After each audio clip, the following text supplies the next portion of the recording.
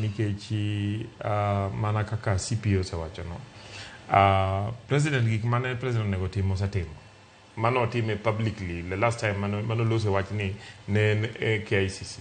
Mano mi parties chance mar yiero jogi. And problem ma nitie Azimio. Okay? And kanyo Jakom Raila Odinga osedhi AU, inya wach ni jatend Azimio sani en Kalonzo Musyoka. To chik ma yiero joma dhie panel ni wacho ni gibedo elected, ok wach ni gibedo appointed. To ka gibedo elected nyiso ni nyaka ne jo Azimio kaka parties manie coalition bed piny ma giyiero jogi.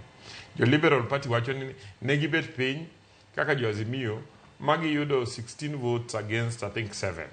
Manyiso ni gine mane gin gi ji mang'eny. Man no yier gine jatend representative mar Liberal Party Muli mondo dhi ochung'ne Azimio. However, nikech ofil ni en jatelo Kalonzo Musyoka o insist ni Koki Muli manyaka bed kanyo. Manyiso ni problem ma wan go ok nie lwet William Ruto. Be ok en lwet sirikal. En lwet jo Azimio especially Kalonzo Musyoka ema sabotage process mar yiero IBC. And therefore it is important ni mondo Kalonzo Musyoka onyisi mondo we jo Kenya dhi mbele mondo wabed gi IBC. It is actually very dangerous ni wane situation ma onge IBC.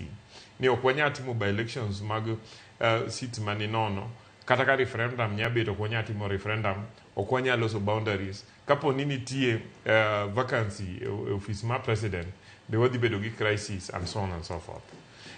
So I feel ni jo Kenya nego riwore kamoro achiel mondo demand mondo jo Azimio o withdraw cases ma gin go e court.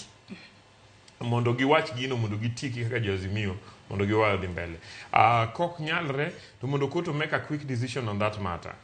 I took exceptions. Kanyicha winjo ka Justice Lenaola temo shift the blame elsewhere. Nikech Justice Lenaola ng'eyo ni court ko decide ni gidwa decide gino under certificate of agency to ginyalo decide. So it is up to them. Gimanyo former Vice President Kalonzo Musyoka nyowacho, in my view, is contempt of court. That matter is before the court and an officer of the court. Makaen gi wach moro e gimanyo judge no wacho to nya tere court no mondo wachi to ko feel ni en gimo ko nya tere court no to nya tere before the Judicial Service Commission ko feel ni tie ni judge no nyoti mo gik mopogore gi chik to wuok mo luongo press conference to blame judge kendi wacho ni judge en judge ma friendly to jomoko is actually contempt of court and should be punished. Yeah.